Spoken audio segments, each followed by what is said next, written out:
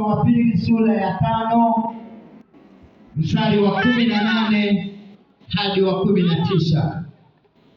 Wakorintho wa pili sura ya 5 mstari wa 18 hadi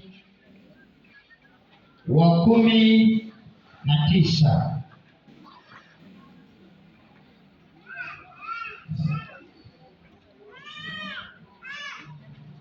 Amen. Mstari wa 18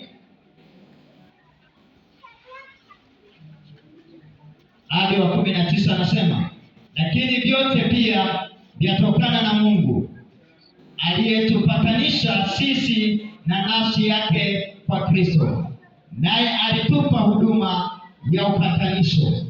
Yaani Mungu alikuwa ndani ya Kristo akiupatanisha ulimwengu na nafsi yake, asiwahesabie makosa yao, naye ametia ndani yetu neno. Yesu asifiwe.